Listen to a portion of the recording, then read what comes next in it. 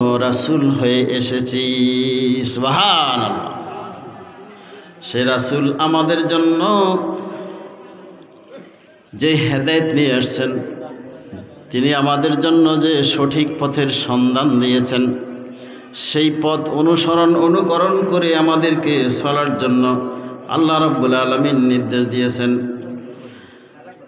আর আল্লাহ পাক আরো বলেন, সে রাসূল কেমন রাসূল? লাকাদ খালাকনাল লাকাদ কানা লাকুম ফি রাসূলিল্লাহি উসওয়াতুন হাসানা।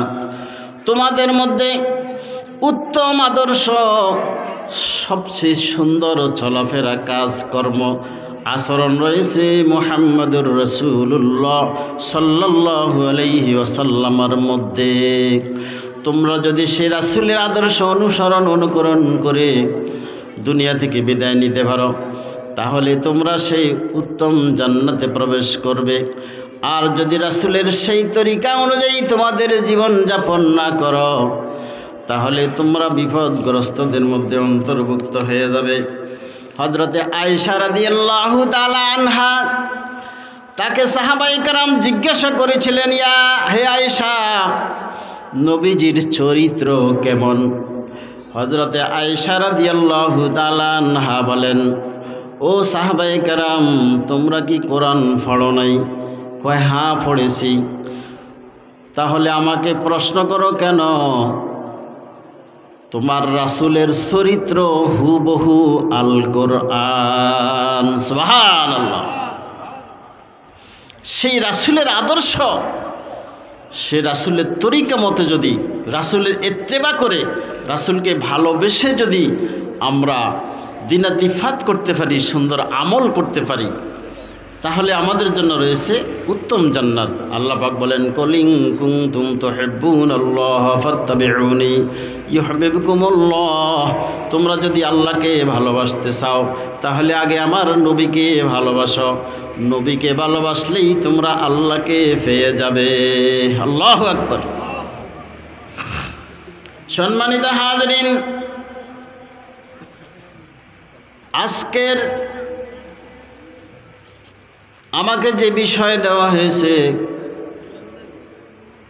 পর্দার গুরুত্ব সম্পর্কে, এই সম্পর্কে আল্লাহ রাব্বুল আলামিন পবিত্র কোরআনের মধ্যে সূরা নূরের মধ্যে 30 নম্বর আয়াতে ঘোষণা করেন, কুল্লিল মুমিনিনা ইয়াগুদ্দু মিন আবসারিহিম ويحفظوا فروجهم وكل المؤمنات يغضضن من أبصارهن ويحفظن فروجهن।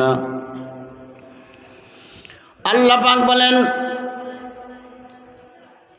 হে নবী, মুমিন পুরুষদেরকে বলে দিন, তারা যেন তাদের দৃষ্টি এবং চক্ষুকে নিয়ন্ত্রণ করে। মুমিন পুরুষ যারা, তারা যেন তাদের চোখকে হেফাজত করে। চোখ হেফাজত মানে, মনে করেন একজন নারী রাস্তা দিয়ে হাঁটতেছে, হঠাৎ করে আপনার চোখ পড়ে গেছে, সে মহিলা, একবারই আপনার জন্য দেখা জায়েজ, এরপরে আবার দ্বিতীয়বার দেখলে আপনার গুনাহ হবে। কথা বুঝতে পারছেন? তাহলে একবার চোখ পড়ে গেছে তখন দেখতে পারবেন, কিন্তু বারবার যদি দেখেন তাহলে আপনার আমলনামায় গুনাহ লেখা হবে। এই জন্য আল্লাহ পাক বলেছেন, মুমিন পুরুষেরা যেন তাদের চোখের দৃষ্টি হেফাজত করে, নিয়ন্ত্রণ করে রাখে, শয়তানের প্ররোচনায় পড়ে যেন বারবার ওই মহিলার দিকে না তাকায়। সেই কথাই বলা হয়েছে, যেন তারা এবং তাদের নিজের লজ্জাস্থানের পবিত্রতা রক্ষা করে, যেখানে সেখানে যেন লজ্জাস্থান ব্যবহার না করে। কারণ এই লজ্জাস্থানের মালিক একজন, সেটা হলো আপনার স্ত্রী। সে মালিকই স্ত্রী ছাড়া অন্যভাবে এই ব্যবহার করা যাবে না, লজ্জাস্থানের ব্যবহার করা যাবে না। এই জন্য আল্লাহ রাব্বুল আলামিন বলেছেন, তোমরা সাবধান হয়ে যাও, তোমরা নিজকে নিজে হেফাজত করো। আল্লাহ সুবহানাহু ওয়া তাআলা আগে পুরুষদেরকে বলেছেন, এরপরের আয়াতে বলছেন নারীদের কথা। সূরা নূরের 30 নম্বর আয়াত বললাম আমি, এবার 31 নম্বর আয়াতে আল্লাহ পাক বলেন, ওয়ালা ইউবদিনা যিনাতাহুন্না ইল্লা মা যাহারা মিনহা ওয়ালিয়াদরিবনা বিখুমুরিহিন্না আলা জুয়ুবিহিন্না।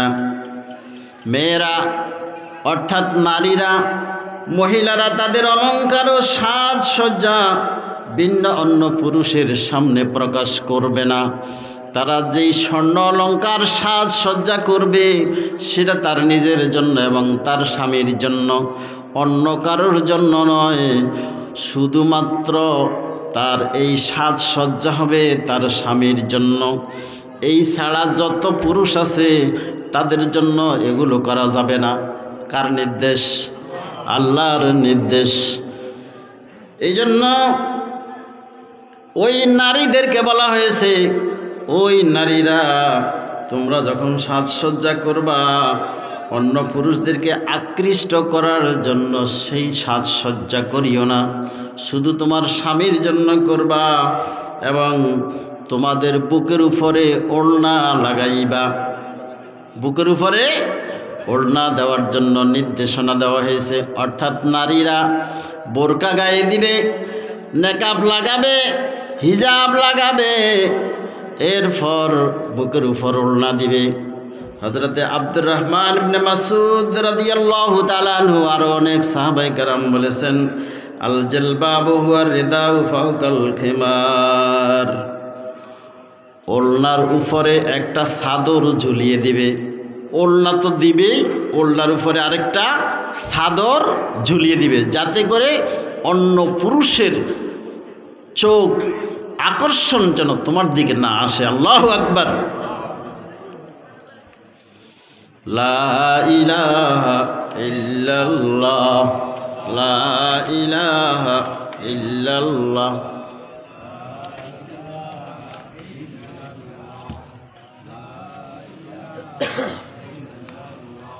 লা ইলাহা ইল্লাল্লাহ, লা ইলাহা ইল্লাল্লাহ, লা ইলাহা ইল্লাল্লাহ মুহাম্মাদুর রাসূলুল্লাহ সাল্লাল্লাহু আলাইহি ওয়াসাল্লাম। আব্দুল্লাহ ইবনে মাসউদ এবং তার সঙ্গীরা সাহাবায়ে কেরামেরা বলেছেন, জিলবাব দেবে। জিলবাব হলো বোরকার উপরে ওড়না, ওড়নার উপরে একটা চাদর, এটাকে বলে কিতাবের ভাষায় জিলবাব। এই জিলবাবটা যেন ব্যবহার করে, এই জন্য আপনাদের যে মেয়েরা কলেজে যায়, মাদ্রাসায় যায়, স্কুলে যায়, ওই মেয়েদেরকে আপনারা বোরকার পরে ওড়না দিবেন, ওড়নার উপরে একটা হালকা চাদর দিবেন, অর্থাৎ মানে যেন কষ্ট না হয়, ভারী না হয়, কারণ গরমকাল তো, এই জন্য হালকা একটা জিলবাব দিয়ে দিবেন। এটা হলো পর্দার জন্য উত্তম কাজ। কারণ ছেলেরা, মেয়েরা যখন রাস্তায় হাঁটে তখন ছেলেরা ডিস্টার্ব করার চেষ্টা করে, এই জন্য তাদেরকে ওই জিলবাব পরাই দিবেন, যাতে করে অন্যের দৃষ্টি বারবার মেয়েটার দিকে না আসে। এই জন্য চাদর ব্যবহার করতে হবে, তবে মেয়েরা যেন পাতলা কাপড় ব্যবহার না করে, কারণ পাতলা কাপড় ব্যবহার করলে তার শরীরের অঙ্গ প্রত্যঙ্গ যদি দেখা যায় তাহলে তার গুনাহ হবে। কি হবে? গুনাহ হবে। এই জন্য আপনারা খেয়াল রাখতে হবে, যখন নারীরা রাস্তায় বের হয় তাদেরকে একবার দেখা যাবে, দ্বিতীয়বার দেখা যাবে না, এই জন্য সতর্ক থাকতে হবে। আন আবি হুরায়রা রাদিয়াল্লাহু তাআলা আনহু قال قال رسول الله صلى الله عليه وسلم الحياء شعبة من الإيمان। লজ্জা ঈমানের একটা অংশ, এই জন্য নিজের লজ্জা নিজে যেন হেফাজত করে, কারণ এটাই হলো ঈমানের কাজ। আর যে নারীরা দেখবেন রাস্তাঘাটে বেপরদায় চলে, নারীরা বর্তমান সময়ে দেখা যায় পুরুষের প্যান্ট পরে, শার্ট পরে, আসেনিও, আছে না? সাবধান, খবরদার, এদেরকে বলা হয়েছে দায়ুস। কারণ এরা মুসলমানের পোশাক পরে না, এগুলি হলো খ্রিস্টানদের কালচার, কিন্তু সেগুলি এখন আমাদের মুসলমান সমাজে আসতেছে। এই জন্য খুব সাবধান, আপনাদের মেয়েদেরকে কখনো প্যান্ট, জিন্সের প্যান্ট পরে, আস্তাগফিরুল্লাহ, নাউজুবিল্লাহ, শার্ট পরে আর চুলেরে ফেকাম দিয়ে রাস্তা দিয়ে হাঁটে, মাথায় একটু ওড়নাও দেয় না, কাপড়ও দেয় না, আসেনি আর মুরব্বীরা আছে না, এদেরকে বলা হয়েছে দায়ুস। এরা কখনো জান্নাতে প্রবেশ করবে না, এবং এদের পিতামাতাও দায়ুস। এরা তো দায়ুস, এদের পিতামাতাও দায়ুস।